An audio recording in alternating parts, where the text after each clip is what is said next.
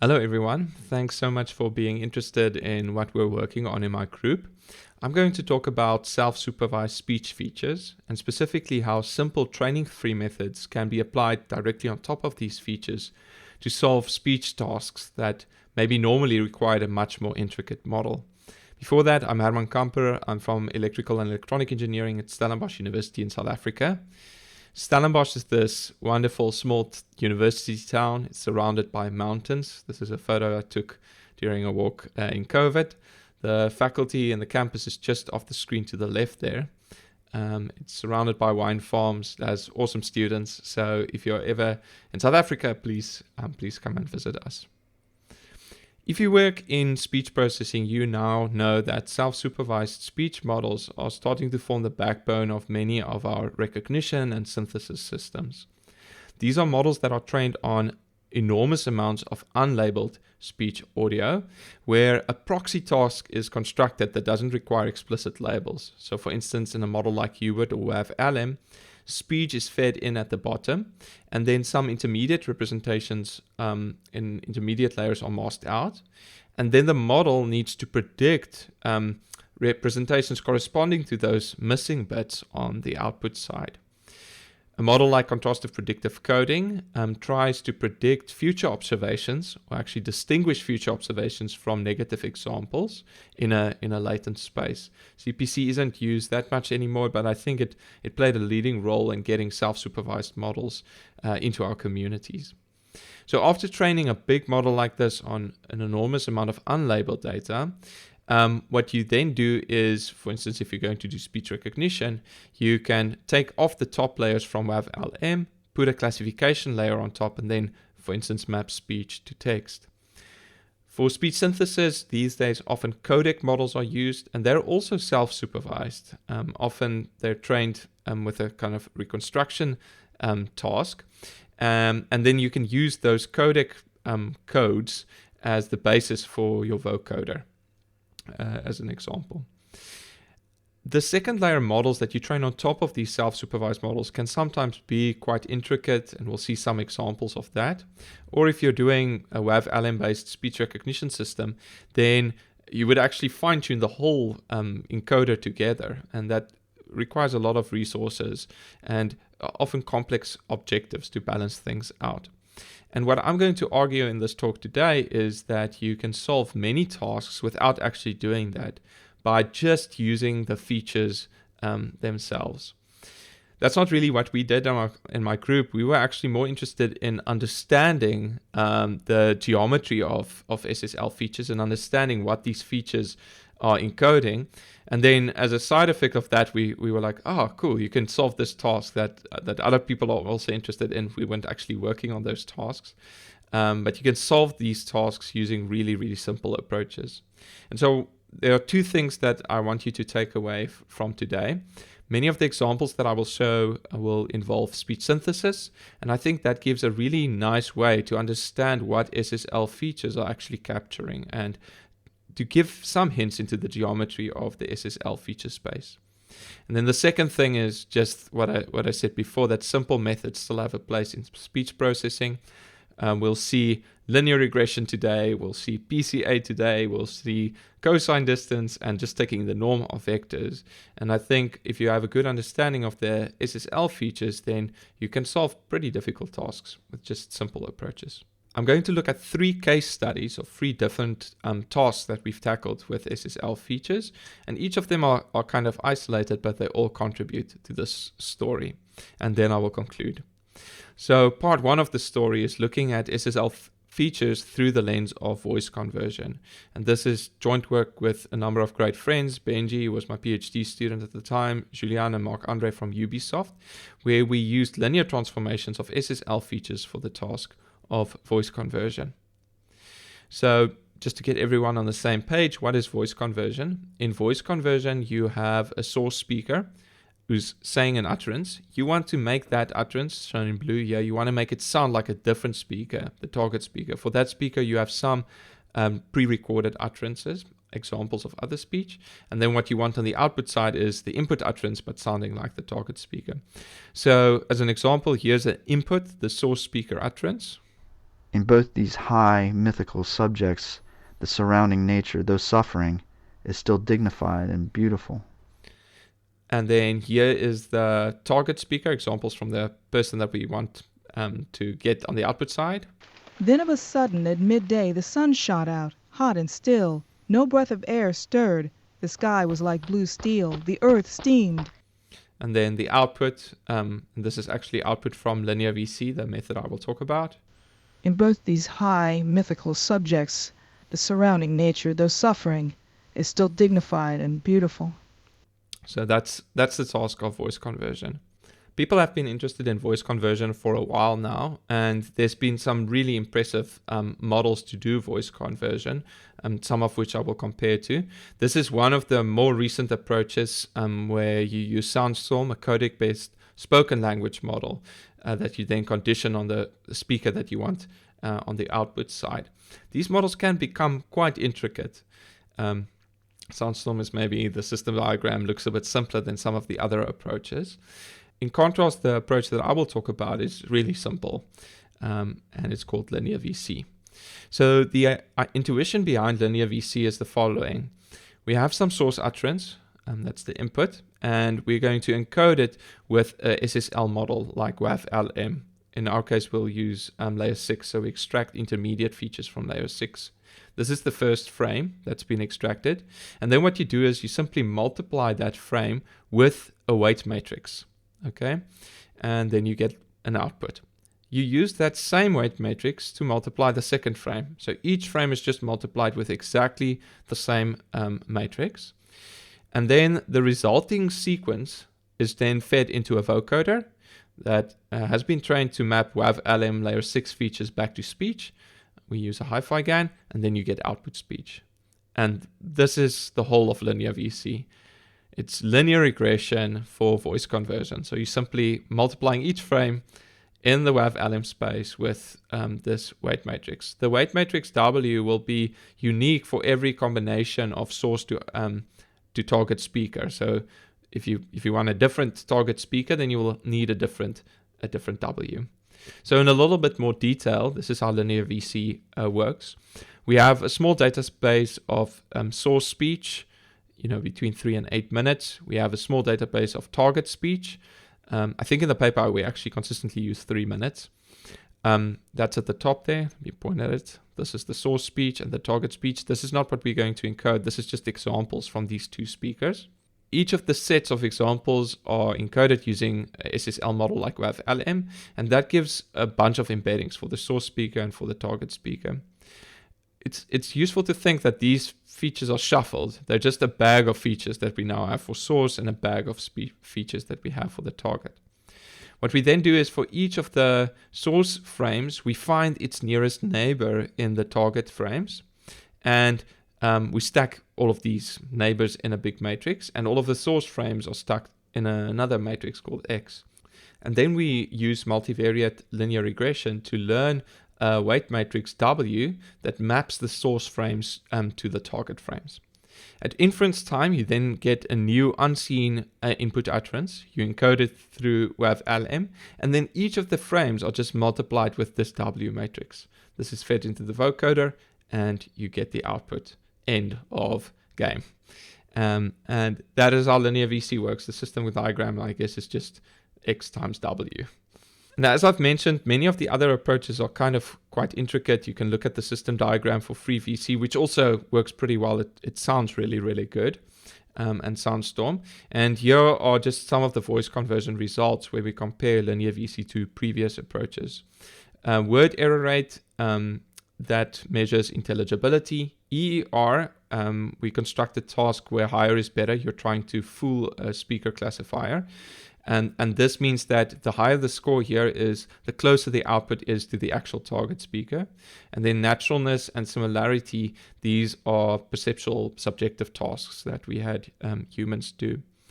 And if you look at this table, linear VC, there's no bold numbers here. But the important thing is that it actually gives a pretty good trade-off for naturalness and similarity. If you look at naturalness, it gets a 62.5% score there.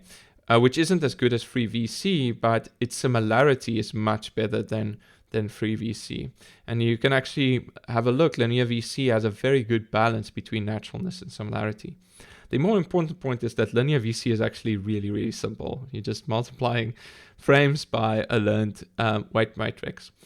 It was inspired by our own previous work, KNNVC, where we use just nearest neighbors. So it's actually the first part of linear VC. And that approach actually works pretty well. Linear VC gives quite a nice improvement in intelligibility, but in terms of objective speaker similarity, KNNVC still works quite well. What I like about linear VC is that it's actually quite efficient. If you're going to convert a lot of speech between two speakers, then multiplying with a weight matrix is a lot more efficient than doing a nearest neighbor search. But for me, the cooler thing is that it should raise some questions about how the SSL space, how the feature space is structured, so that with a simple linear operation where you're rotating and then sharing features, you're getting different speech out, that it sounds like a different speaker by just like rotating and stretching the space. And that's why, for me, the coolest thing about linear VC. Some samples, I mean, you've heard the sample before, the first thing I played, but just quickly again. So this is the target speaker. Then of a sudden, at midday, And the then sun this is the shot output. out. In both these high mythical subjects, Okay, and you can listen to several more samples on the paper's website. We should ask ourselves, why is this working? And I've hinted at that already. And what I've tried to do is come up with kind of a hypothesis for how the space is structured to enable this. And what I think is going on, and I'll show some cartoon diagrams now, is, well, let me just jump there. So here I've got a fictional space, and you can think of the orange or the lighter points maybe as one sound unit, and then the blue points as another sound unit, and the two S's are two different speakers.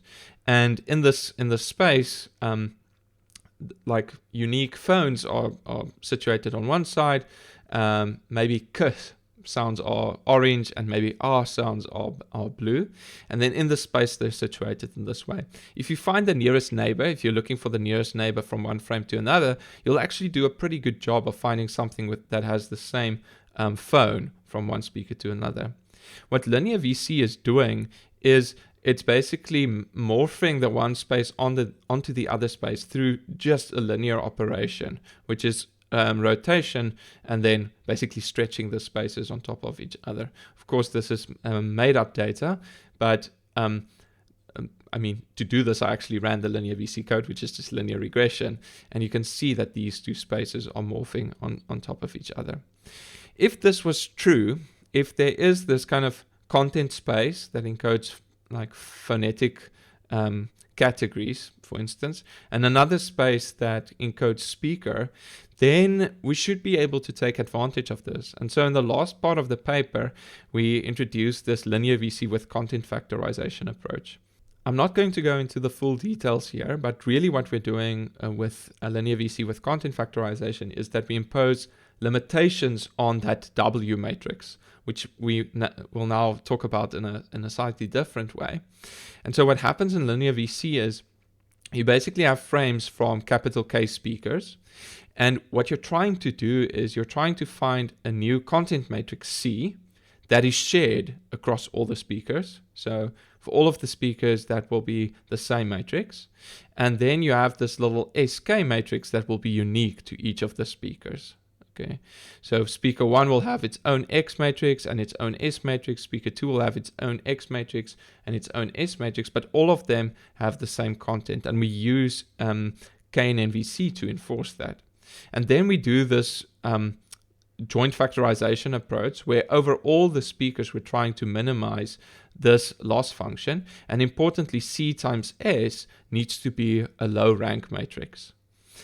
And I realize I'm going pretty quickly over this. The result of this is speaker specific matrices S with a shared content matrix. And what you can then do is for new input, you can use the speaker matrices for a different speaker, you basically swap out the S for a different speaker using the same content, and that allows you to convert from one speaker to another.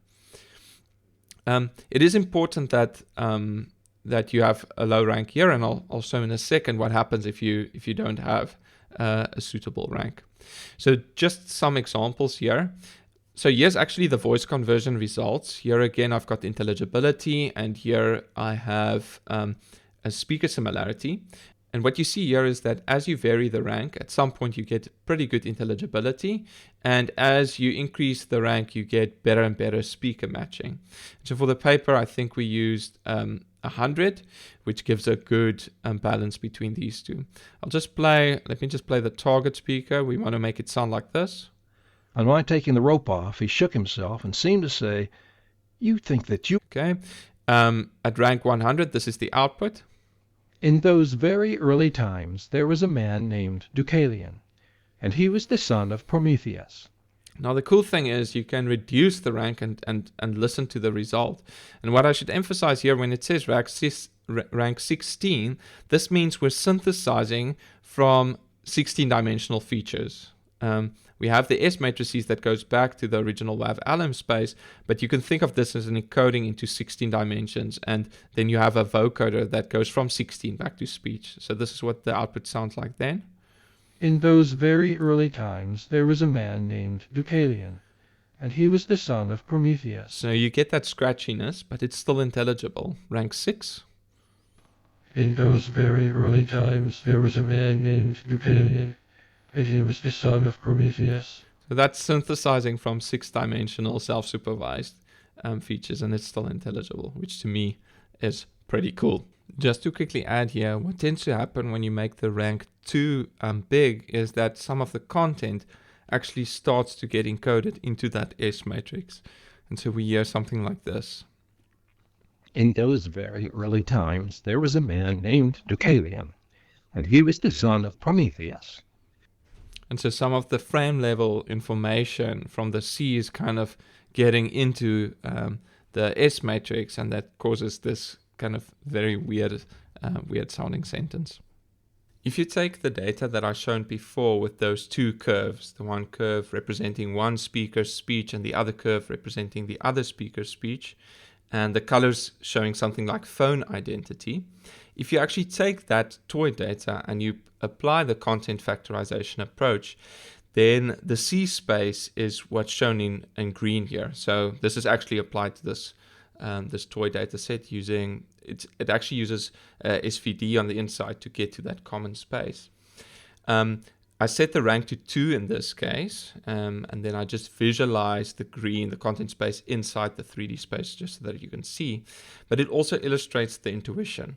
So you can think of the one S matrix for the most slanted speaker. What that S matrix does is it basically rotates and then stretches the space so that it ends on green, which gives you that common content space.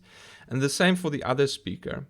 And then what you can do is you can rotate into the content space and then rotate back out into the desired speaker space. So this is just a simple visualization illustrating the content factorization approach. Okay, cool. So now we'll look at the second task that I say we can solve with simple methods on top of SSL features. And that's again not really true. What we were doing here is we were trying to see specifically what are different dimensions of SSL features capturing. Can we say that there's a direction or a dimension in SSL space that's responsible for specific things? And as a side effect of this, we discovered these things that I'll show to you. This work was driven by Karl Jansen van Rensburg, and Benji also helped quite a lot with many of the ideas in this work. I'm going to explain this quite quickly with just a few slides, and hopefully it makes sense. And I'll just say what we did, and then we'll listen to some examples. So this little diagram here, it's cartoon data, but imagine each point in this space is averaged SSL features. Again, we use WAV-LM layer 6. Average SSL features from an utterance. So each of the points here is an averaged utterance. We take a whole bunch of utterances from multiple speakers, maybe a blue speaker and a green speaker, and then we apply PCA on top of this space. And then what we do is we are going to use those directions that's found, and we're going to manipulate them. We're going to see what happens if I take a new utterance, for example, from the blue speaker or from an unseen speaker, and I change the value of the dimension V1, or equivalently, I'm going to add a vector in the direction of V1. And that will tell me in the space what is the V1 direction responsible for, or what is the V2 dimension responsible for. So if this is now just a single utterance from one speaker, and the different WAV-LM features or the different SSL features, then what we're going to do is to each of those features, we're going to add an alpha times V2, for instance. And then that's going to give us a new sequence of WAV-LM features. And then we're going to push that through a vocoder and listen to the result. And that's going to give us an indication of what V2 is doing as just one example of a direction. We'll also look at V1 and many of the others. Okay, so for this, I'm going to switch to just this little demo that I have here. That also requires headphones.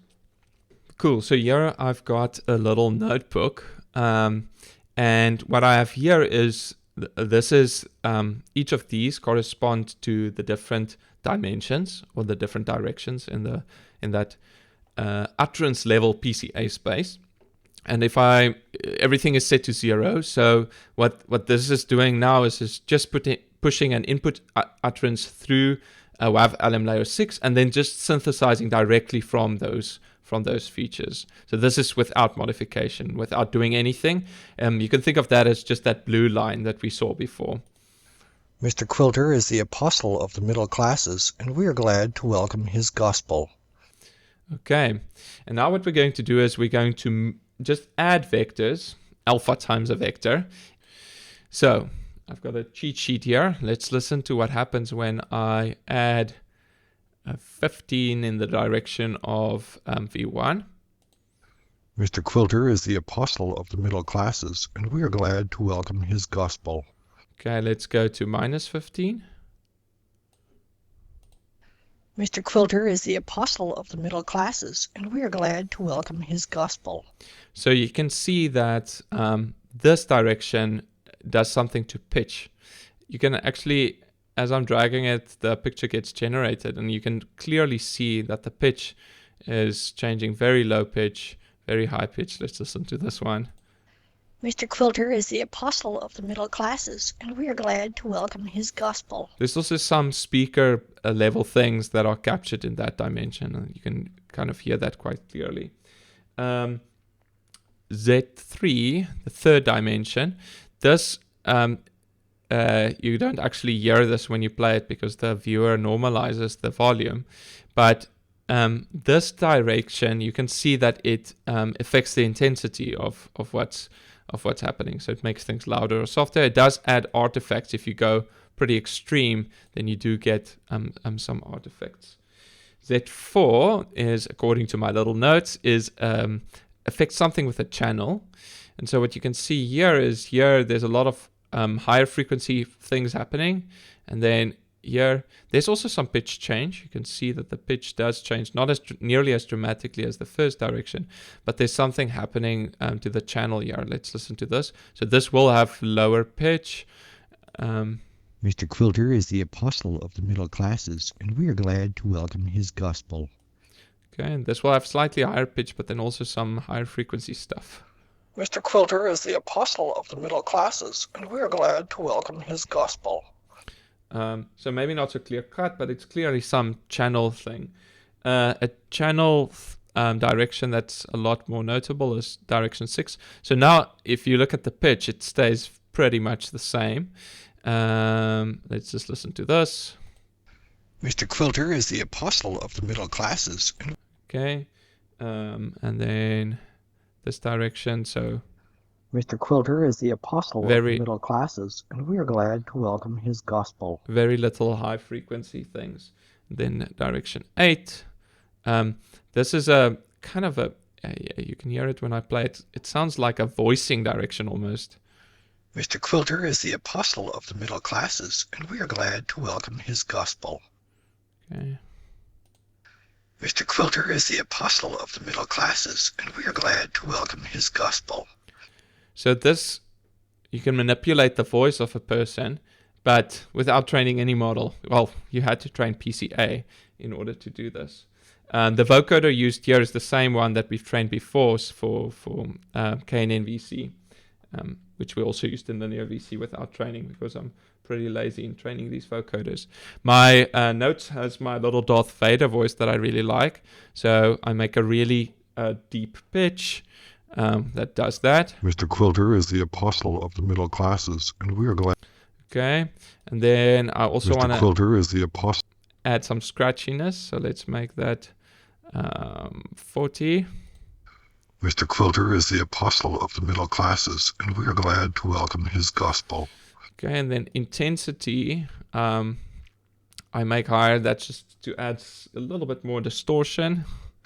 Mr. Quilter is the apostle of the middle classes, and we are glad to welcome his gospel. And then here I'm just doing something with the higher frequency. Let's do that. Mr. Quilter is the apostle of the... That was too far, but it's getting, I want that scratchiness. Mr. Quilter is the apostle of the middle classes, and we are glad to welcome his gospel. Okay, that was a pretty scary voice, and that illustrates the fun we have in my group.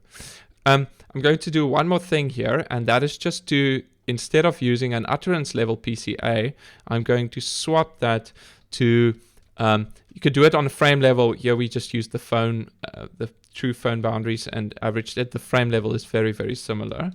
So you can think of this as the PCA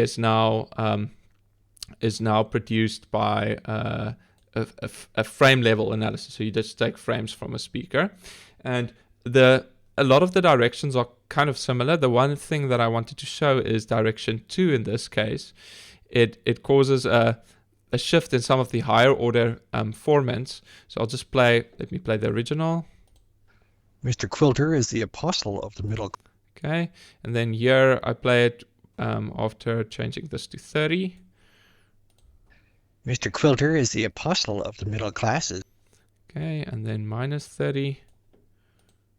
Mr. Quilter is the apostle of the middle classes, and we are glad to welcome his gospel. So you get the sense that some of the higher order formants, Mr. Quilter is the apostle of the middle classes.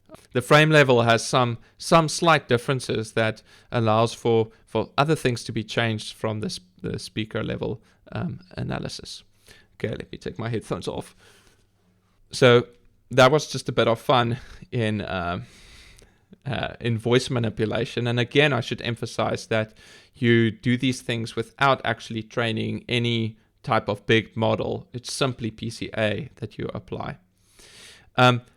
But to be a little bit more formal for what the different directions capture, Carl went through a kind of intensive process of measuring different aspects of the speech and then looking which of those characteristics, specifically speaker level characteristics or maybe utterance level characteristics, which of them corresponds with which directions in the PCA space constructed from averaged utterances.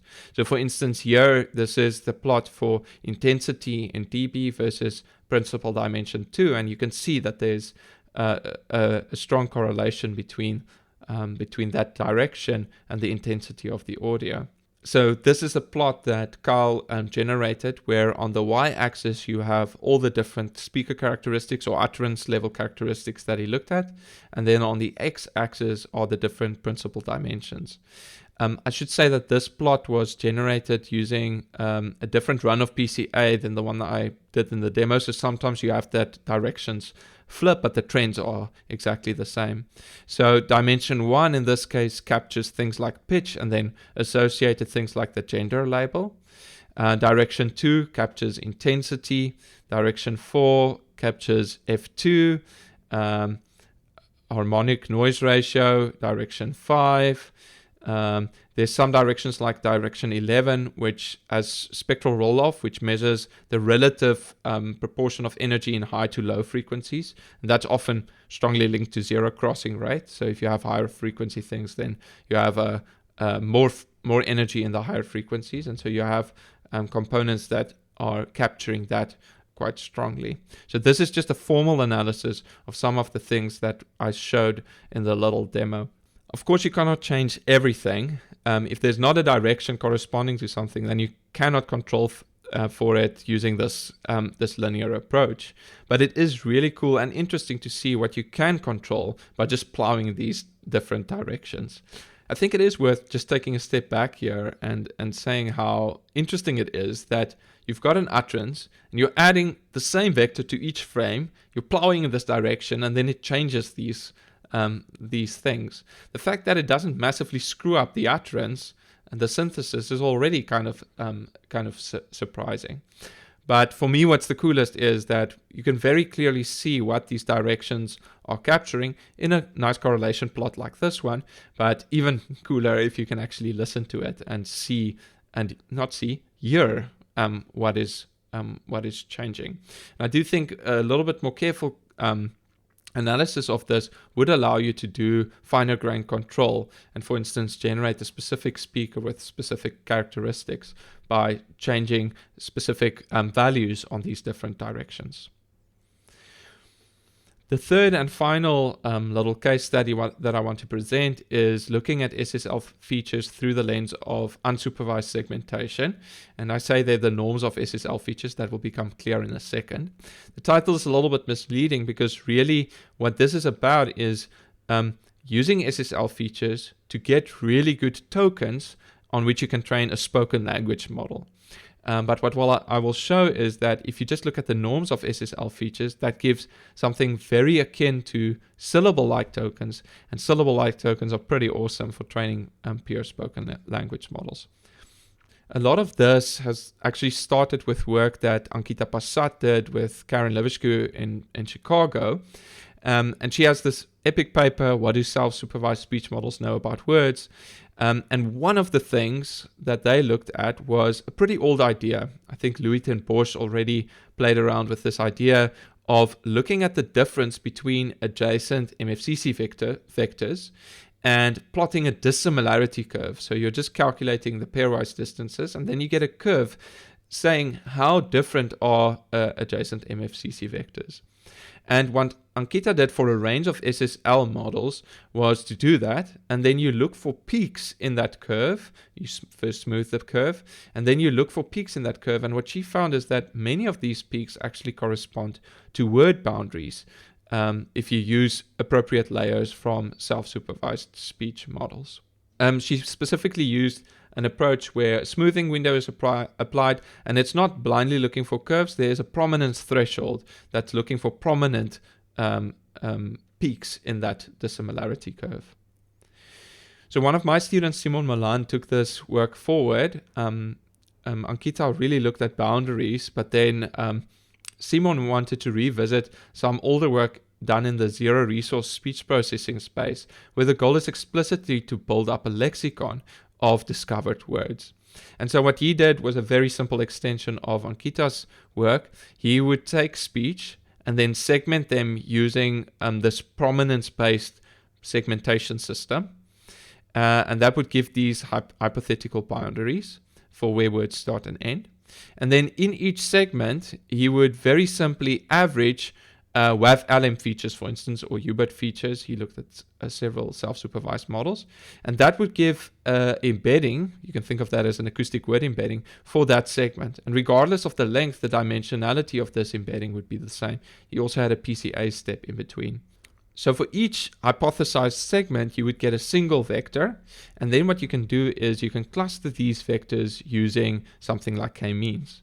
And the result is a hypothesized lexicon for what are the different words that occur in this language. You can read the paper if you want to see a more formal analysis. What I'll do is I'll just play a pretty cool resynthesis example. And so what this does is we feed the system with a new sentence, a new utterance. We segment it, we figure out for each of the segmented embeddings which is the closest cluster, and then from each of those clusters we grab an audio sample that's not the same as the input, a different audio sample that's representative of that cluster. Then we stick these audio samples together and then we can listen to the output. So this is the input.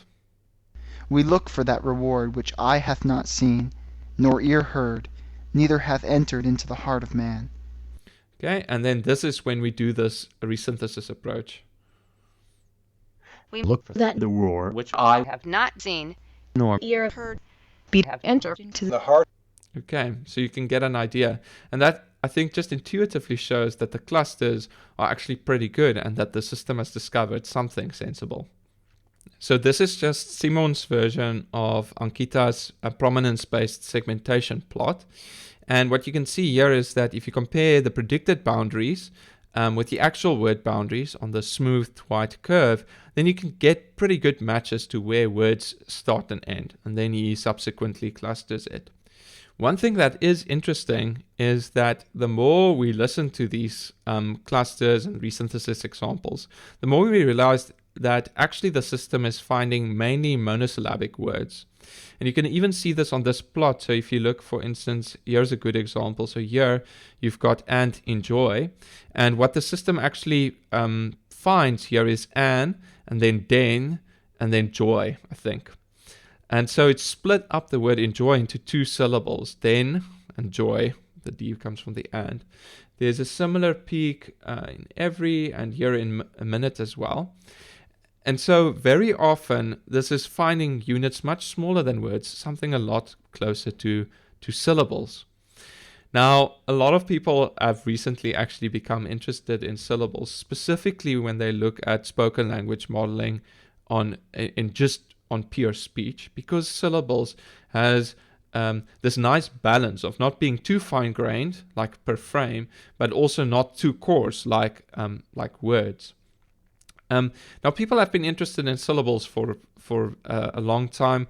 Okkar Rosanen, I think his first submission to the Zero Speech Challenge was actually an older syllable-based approach. But that has definitely seen a revival more recently with approaches like Syllable LM and Solber. Now, these are really cool papers. Syllable LM and Solber came out at, I think, almost the same time. They definitely overlapped. This is just a picture from Syllable LM. And what a lot of these models do is they've actually found something inside the SSL features that corresponds to something that look like syllables. And then what they do is they train a few stages of subsequent models to clean up those things to actually find the syllables even better.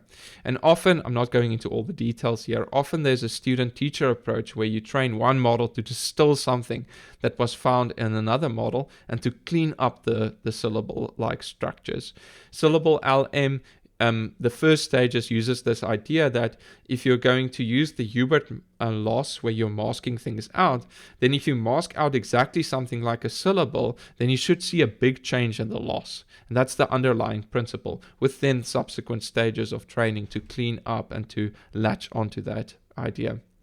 Now, what we actually found is that the prominence-based approach of Ankita, especially if you tune the hyperparameters slightly differently, actually gets really good boundaries for syllables.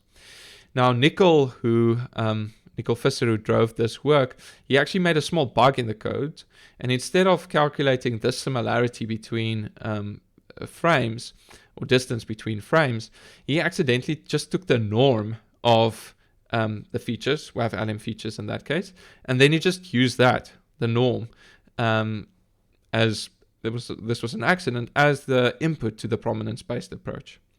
So that basically just says how big is this WAV LM frame. And he found that actually works really good for syllable boundaries. It's slightly better than the prominence-based approach, not a lot. But the interesting thing is you don't have to calculate any distances between two frames. You just look at the length of the WAV LM features. Okay, and that's what he came up with. So we call this approach ZeroSyl, and that's what he used for doing syllable-based segmentation of speech. So here are the syllable boundary segment results when you look at the predicted boundaries from these different systems and the boundaries of real syllables. This is on Libre speech data. There's a lot of results in here, and there's not a lot of bold because ZeroSol, the proposed approach, doesn't always get the best results, or actually very infrequently. The point I'm actually going to make is that ZeroSol is really simple compared to the other approaches. But if you look, for instance, let's just focus on boundary R-score, and then we'll look at token F1. But if you look at boundary R-score, syllable LM gets the best scores, and then ZeroSol is the follow-up system. For token F1, syllable LM is 56, and then ZeroSol is 54. The thing just with ZeroSol is there's no model training involved. You take WAV-LM, the backbone, and you take the norms. Syllable LM has these multiple stages. It also relies on a backbone, I think a Hubert-based backbone. But then you need to train the student-teacher model and with some kind of intricate loss objectives. ZeroSol, just like take norm and you're done and you found syllable boundaries. Now, we weren't explicitly interested in only finding syllable boundaries. What Nicole was really interested in is this task of spoken language modeling. And spoken language modeling, specifically purely spoken language modeling, is this idea of building a ChatGPT-like system, but directly on speech. And for pure SLMs, you don't want to use any text data.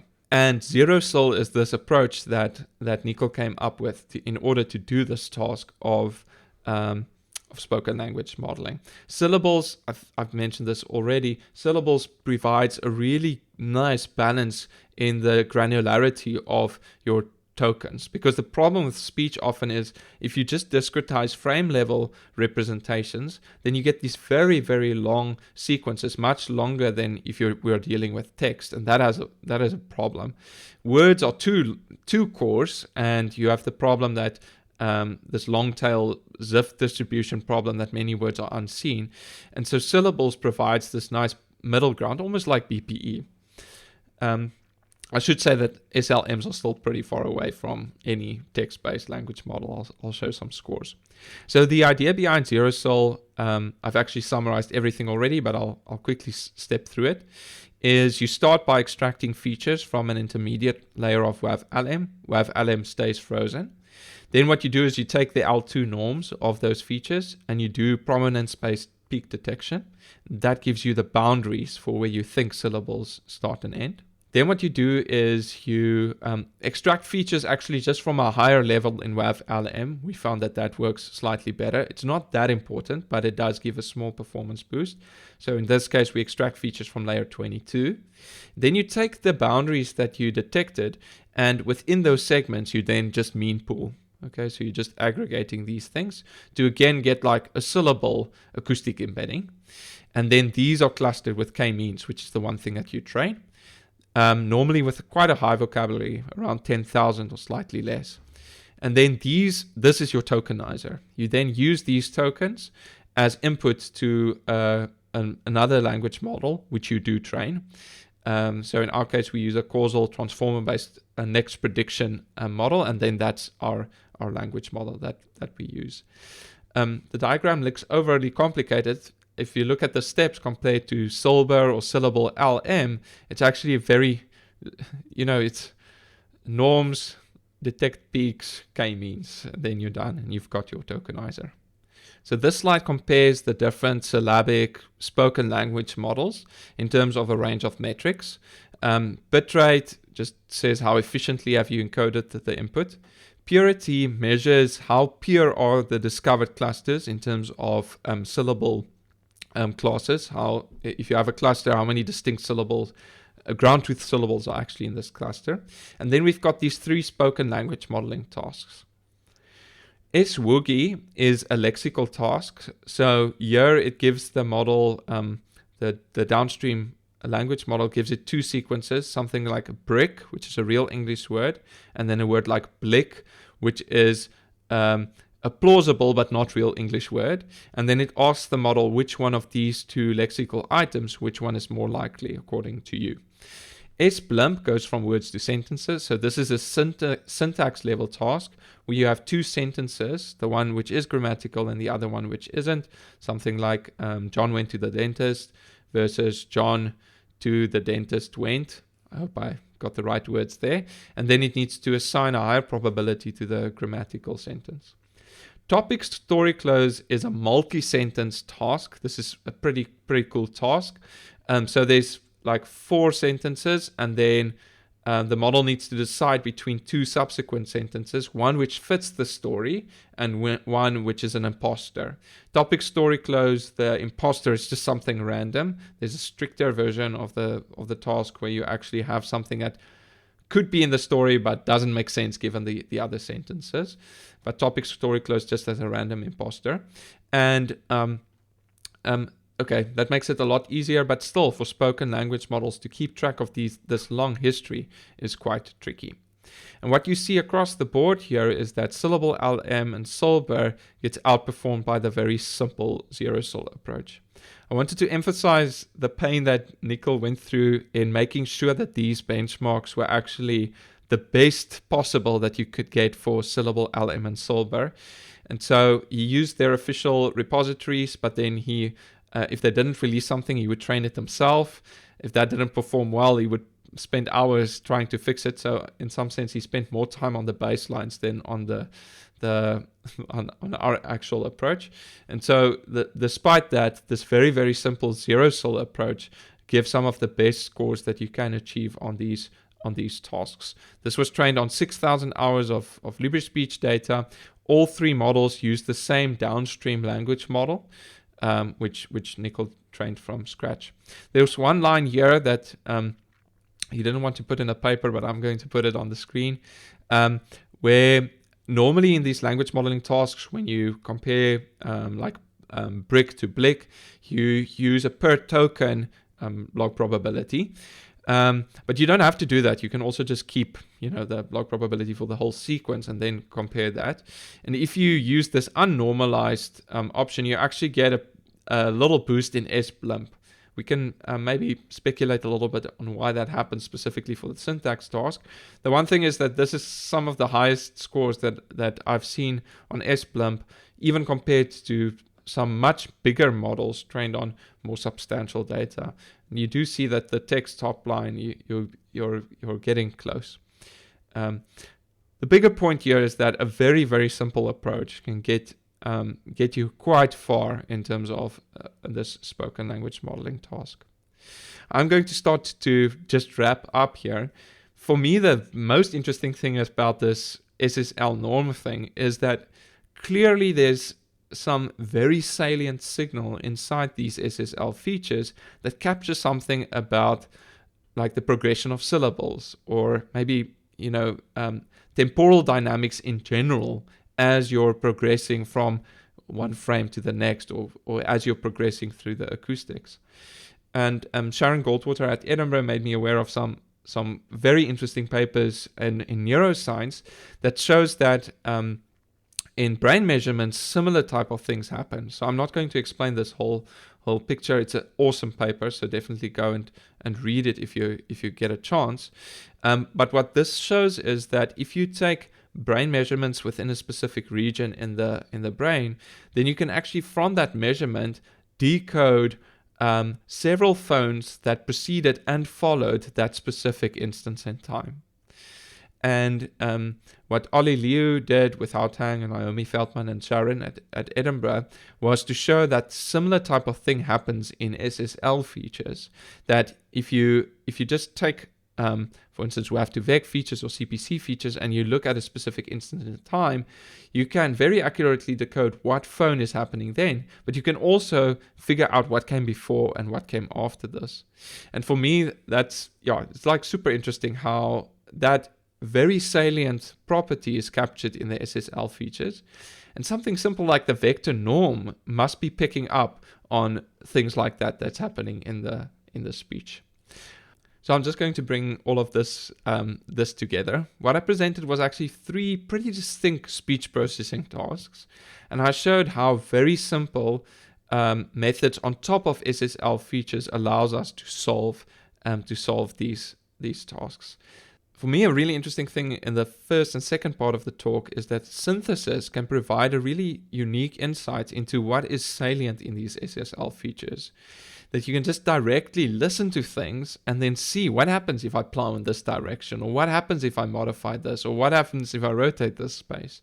And so for me, I think it's very complementary to the let me say, slightly more formal analysis approaches that's sometimes used with probing classifiers and so on, which has their own problems.